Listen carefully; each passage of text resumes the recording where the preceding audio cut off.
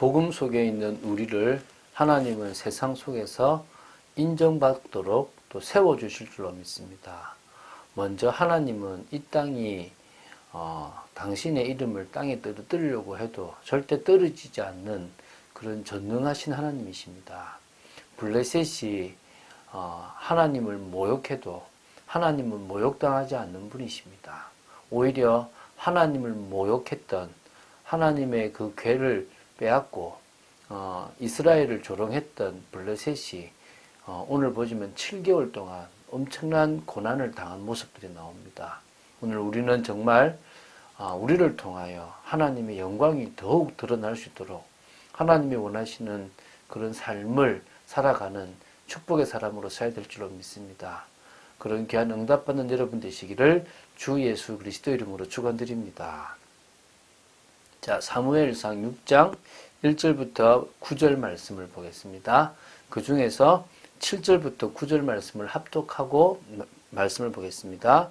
그러므로 새 수레를 하나 만들고 멍에를 메어 보지 아니한 젖나는 소 2마리를 끌어다가 소의 수레를 메우고 그 송아지들은 떼어 집으로 돌려보내고 여호와의 궤를 가져다가 수레에 싣고 속건제로 드릴 금으로 만든 물건들은 상자에 담아 궤 곁에 두고 그것을 보내어 가게 하고 보고 있다가 만일 궤가 그 본 지역 길로 올라가서 베세메스로 가면 이 큰 재앙은 그가 우리에게 내린 것이요 그렇지 아니하면 우리가 친 것이 그의 손이 아니요 우리를 친 것이 그의 손이 아니요 우연히 당한 것인 줄 알리라 하니라.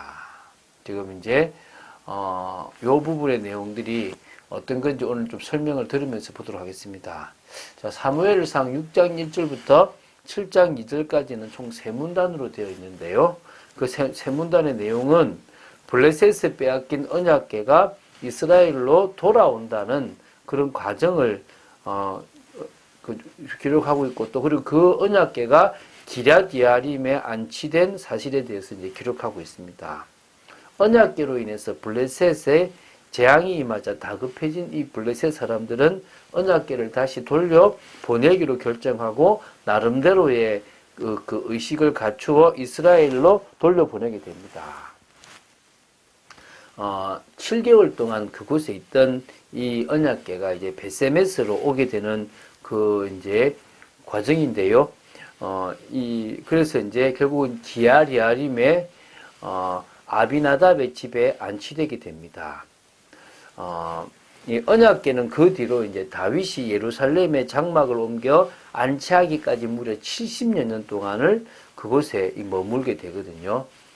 그럼 언약궤가 원래 실로에 있다가 어디로 갔습니까? 빼앗겼잖아요. 그러면은 다시 실로로 가야 될 건데 왜 이 기럇-예아림의 아비나답의 집으로 갔냐 그러면 그렇게 추정하기로는 성소 그 실로의 성막이 이게 성소가 블레셋에 의해서 파괴되었다라고 보는 경우가 많습니다. 그래서 결국은 그쪽으로 갈 수가 없고 어디로 가는 겁니까? 이제 기럇-예아림의 아비나답 집으로 가지 않았나라고 봅니다. 자, 오늘 볼 부분은 블레셋 사람들이 블레셋에 있는 제사장들과 복수자들에게 여호와의 궤를 어떻게 하면 좋을지를 이렇게 질문하고 그 답을 얻는 과정들을 지금 보여주고 있거든요. 한번 보겠습니다. 먼저 6장 1절을 보면요. 여호와의 궤가 블레셋 지방에 7달이나 있었습니다. 얼마나 끔찍했겠습니까? 7달 동안 블레셋 거의 모든 지역에 지금 죽음과 독종으로 인한 고통이 하늘에 사무칠 만큼 있었다고 얘기합니다. 이 7달이라는 기간 동안에 블레셋은 완전히 하나님의 주권과 하나님의 영광에 굴복할 수밖에 없었고요.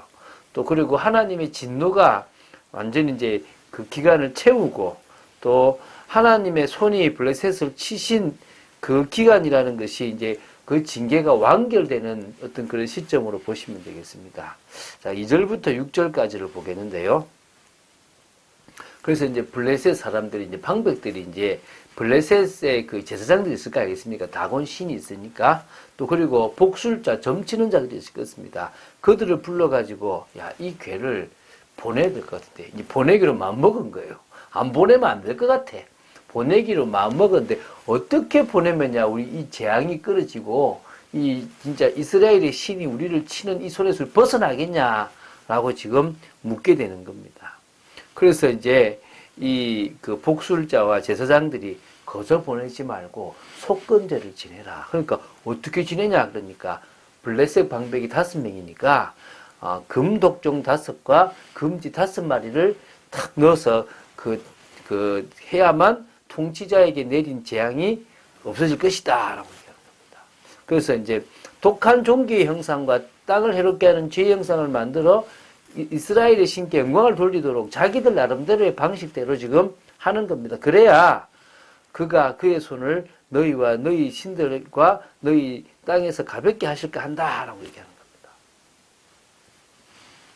자, 그래서 지금 속건제를 드려봐야 병도 낫고 여호와의 손이 지금 이곳에 임한 것을 알게 될 거다라고 하는 겁니다. 자, 그러면서 이제 이 제사장들과 복술자들이 귀신의 힘인지 모르겠지만 어쨌든 애굽에서의 그 재앙과 관계된 그런 부분들과 더불어서 지금 이야기를 하고 있습니다. 그래서 애굽인과 바로가 그들의 마음을 완악하게 한 것 같이 어찌하여 너희가 너희의 마음을 완악하게 하겠느냐. 그가 그들 중에서 재앙을 내린 후에 그들이 백성을 가게 함으로 백성이 떠나지 않았냐. 빨리 너희들 가게 해야 지금 이 언약궤가 가서 재앙도 끝난다라는 식의 이제 이야기를 하게 되는 거죠. 자, 그래서 사실은 지금 사실 블레셋의 방식이니까 하나님이 기뻐할 수도 있고 안 할 수도 있는데 하나님이 이 방식을 그대로 활용해 주는 것은 그들의 수준이니까요. 단지 하나님이 하셨다는 것을 그들이 깨달으면 되는 겁니다. 그래서 지금 이제 7절부터 9절까지가 이제 그런 내용이거든요. 너희들의 신은 아무것도 아니다. 내가 참신이다라는 것을 그들에게 보여주기 위한 거기 때문에 어떤 방식도 상관없습니다. 당신이 역사했다는 사실을 보여주면 되거든요. 그래서 이제 오늘 제시합니다. 7절부터 9절에 새 수레 하나를 준비하라는 겁니다. 새 거. 그리고 한 번도 멍에를 메어보지 않은 전나는 소 2마리를 끌어오라는 겁니다. 그러니까 어떻게 보면 젖소죠, 그죠? 그러니까 암컷입니다, 그죠? 2마리인데 이제 그것을 한 번도 멍에를 메어보지 않아야 된다는 거죠. 그리고 뭐냐? 그 송아지도 있을 거 아닙니까? 젖을 먹이는 송아지들을 떼어가지고 집으로 보내버리라는 겁니다. 그러면은 이 어미소들이 어디로 가겠습니까? 송아지가 있는 곳으로 갈 것 아니겠습니까? 그래서 여호와의 궤를 그 수레에 딱 싣고 속건제들을 금까지 딱 대가지고 이 소 2마리로 어떻게 하느냐? 가게 하는 걸 한번 보자. 만일 개가 본 지역길로 올라가서 베세메스라는 곳으로 가면 이거는 여호와가 당신의 손을 들어서 지금 우리를 친 거고 이스라엘의 신이 친 거고 그렇지 않으면 우리를 친 것이 여호와의 신이 이스라엘의 신이 아니고 그냥 우연히 당한 건데 그게 딱 맞아떨어진 것일 거다라고 얘기하는 겁니다. 그러니까 이제 어떤 일이 벌어지겠습니까? 당연히 하나님은 요 사람들의 수준이니까 요 사람들의 어떤 그 종교적인 모습들이니까 그걸 그대로 그냥 기뻐서 받는 게 아니라 인정해줘요. 그리고 뭐합니까? 당신이 진짜 하나님이라는 걸 보여주는 겁니다. 소가요, 소 2마리가요. 울면서 딱 앞으로 가는 거예요. 나중에 이제 그 뒤에 볼 건데요. 놀라는 거예요. 어미소가 새끼 송아지를 놔두고 어디로 가겠습니까? 가는 거야. 그 방향에 흔들림 없이 쫙 가는 거예요. 누가 하시는 겁니까? 하나님이 하시는 거예요. 다니엘이 사자굴에 들어갔을 때 사자가요. 정말 얌전한 양처럼 딱 있는 거예요. 이유가 무엇입니까? 여호와 하나님이 하셨거든요. 여호와 하나님이 하시면요. 막을 수 있는 게 없습니다. 오늘 믿습니까? 오늘 그것을 오늘 확신해야 됩니다. 그것을 오늘 붙잡아야 된다는 것입니다.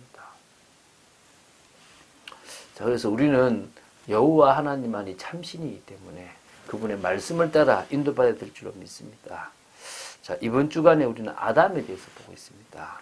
여러분, 하나님께서 처음 창조하신 이 아담이고, 우리의, 어찌 보면은, 원래 모습을 가질 수 있었는데 못 가지게 되었지만은, 지금 말고 처음 우리의 모습이, 이런 모습이 되어야 되는 겁니다. 하나님의 형상을 가졌고, 분명한 목적이 있고, 최고의 복을 받은 사람. 그럼 우리가 이런 축복을 지금 이제 그리스도 안에서 누려가면 되는 것입니다. 우리는 하나님이 원하시는 한 사람으로 서면 되는 겁니다. 계속 얘기하죠. 뜻, 계획. 이번 주 그런 얘기 많이 했거든요. 많은 사람들 대화하고 전화하면서 결국은 우리는 원래 인간의 모습처럼 하나님과 소통하고 그 안에 있는 축복들을 누리고 정상적인 삶을 살아야 된다. 세상이 말하는 정상이 아니라 하나님이 말씀하시는 정상으로 가야 된다. 믿습니까? 복음을 깨닫고 믿는 한 사람, 언약을 성취하는 한 사람으로 저는 여러분 되시기 바랍니다. 그럴 때요, 우리는요, 아담이 누렸던 복들을 누릴 줄로 믿습니다. 우리의 삶을 집중적으로 치유하기 위해서 우리의 각인, 뿌리, 체질을 바꾸는 그런 귀한 시간들, 집중의 시간들을 가져야 될 줄로 믿습니다. 그런 여러분 되시기를 주 예수 그리스도 이름으로 축원드립니다. 주는 그리스도시요 살아계신 하나님의 아들이심을 고백합니다. 오직 주 하나님만이 상천하지 참 하나님이심을 저희들이 확신케 하여 주시옵시고 하나님만 의지하고 나아가는 믿음의 저희들 되도록 지켜 주시옵소서. 염려하지 말고 믿음으로 나아가게 하시고 하나님의 뜻을 이루는 축복된 삶 살도록 지켜 주시옵소서. 주 예수 그리스도 이름으로 기도드립니다. 아멘.